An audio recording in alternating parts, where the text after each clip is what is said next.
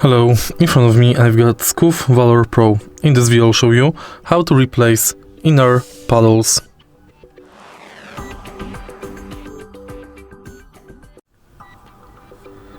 In the beginning, take a look at the bottom of your controller. Right here we've got the P2 and P3 paddles. To replace them, place your finger under the paddle and pull it upwards. Now you can replace the paddle.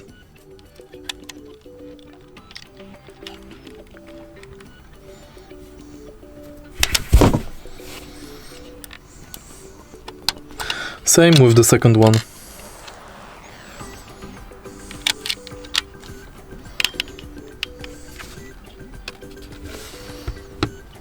If you find this video helpful, please leave like, comment and subscribe.